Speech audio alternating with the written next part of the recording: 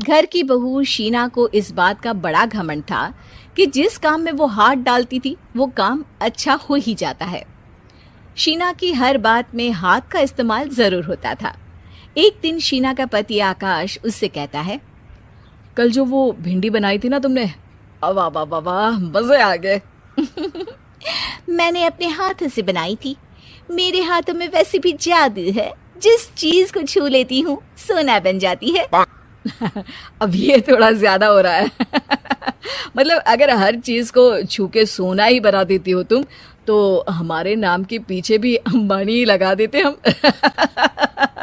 चुप रहो, मुंह पे हाथ रख लो, कुछ भी बोलते रहते हो। शीना की सास बगिया से पूजा के लिए फूल चुन रही थी। सुंदर, अति सुंदर, कितने प्यारे गुलाब के फूल हैं। भगवान जी खुश हो जाएंगे। मैंने अपने हाथों से जो पौधा लगाया था, मेरे हाथों की कोई भी चीज बेकार नहीं जाती। हाँ बेटा, सही कह रही है। इसीलिए तो तुम्हारे पिताजी से मैंने अपने बेटे के लिए तुम्हारा हाथ मांगा था। और उन्होंने हाथों हाथ में मेरा हाथ आपकी बेटी के हाथ में दे भी दिया था। हाँ बेटा, वो तो है, पर मुझे ये बता, तू ये हर बात में हाथ क्यों बीच में लेकर आती है? माँ जी, पंडित जी ने हाथ मेरा देखकर नैनीताल में कहा था कि मेरे हाथ जगन्नाथ हैं, मेरे हाथों से कभी कोई काम नहीं बिगड़ेगा। तो मेरे हाथों की तारीफ तो मुझे करनी पड़ेगी ना।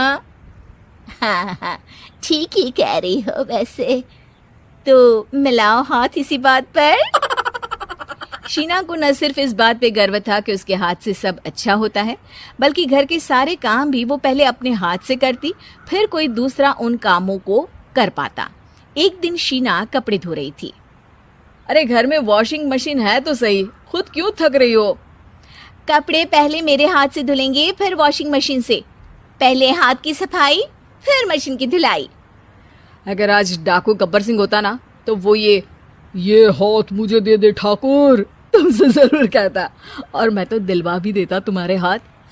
हर एक काम में हाथ बटाओ, ज्यादा जुबान न चलाओ, वरना दूंगी एक उल्टे हाथ से। क्या दोगी? कपड़े दूंगी, लो निचोड़ो। ऐसे ही एक दिन, अरे बहू, ये सोफे पर चढ़कर हाथ से पंखा क्यों घुमा रही हो? माँ जी, क्योंकि मेरे हाथ से घूमेगा तो ज्यादा अच्छे से हवा देगा। अरे बेटा, फिर तो तुम गाड़ी का पहिया भी हाथ से घुमा के मायके जाया करो। एक बार आकाश ने घर पर कार लाने की बात छेड़ी। माँ, सोच रहा हूँ कि एक कार लेकर आता हूँ। ले ले बेटा, क्यों नहीं? अरे पैसे हो तो हवाई जहाज भी ले लेना। हाँ, पैसा तो हाथ का मेल है, ले लेते हैं। इस हाथ पैसे देंगी, उस हाथ कार ले लेंगी। मुझे तो लगता है कि बहू कार भी अपने हाथों से धक्का लगाकर घर लाएगी। वो तो नहीं करूंगी, लेकिन सबसे पहले स्टीयरिंग पर हाथ मैं ही लगाऊंगी, ताकि गाड़ी का आना शुभ हो। अरे घर ले आने तो दो, फिर हाथ लगा लेना। लेकिन शीना नहीं मानती।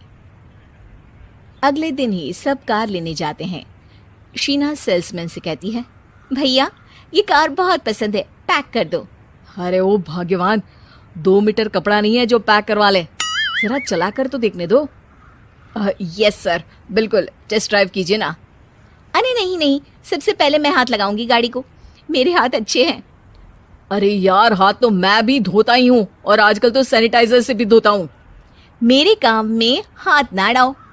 अरे टांग ना अड़ा होता है भाग्यवान, हाथ नहीं। शीना ड्राइविंग सीट पर बैठ जाती है और आकाश उसे गाड़ी के फंक्शन समझाता है।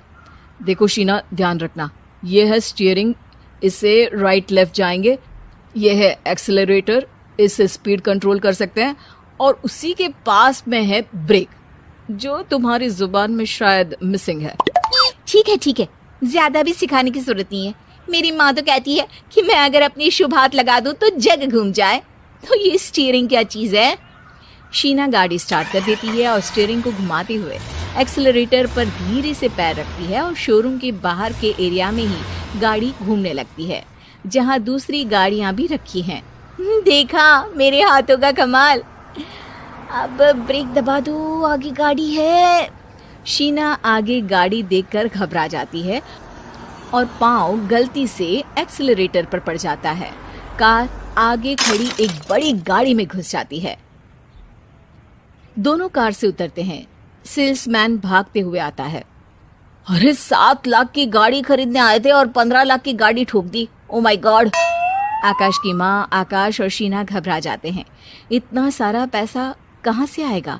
तभी वहाँ मैनेजर भी आ जाता है। पूरा माजरा समझता है। अरे टेंशन मत लीजिए, गाड़ियों का इंश्योरेंस था। आप जो कार लेने आए थे वही खरीद लीजिए। पर मैडम, जब तक आप सीख ना ले तब तक गाड़ी मत चलाइएगा। अभी तो आपने गाड़ी बस ठोकी है, जिसका बीमा भी था, लेकिन सड़क पे चलते हर इंसान का बीमा नहीं होता। अरे मेरे हाथों से छुप भी गया ना तो उसकी जिंदगी बन जाएगी, और अगर चला भी गया तो स्वर्ग ही पाएगा। मैनेजर साहब, मेरे हाथ में कोई दिक्कत नहीं है, वो तो बस पाँव गलत जगह पर चला गया था। शीना की बात सुनकर आकाश अपना सर पीटता है और उसकी सास अपने हाथ से खुद का मुंह छिपा लेती है और मैनेजर हाथ जोड़कर माफी मांग लेता है।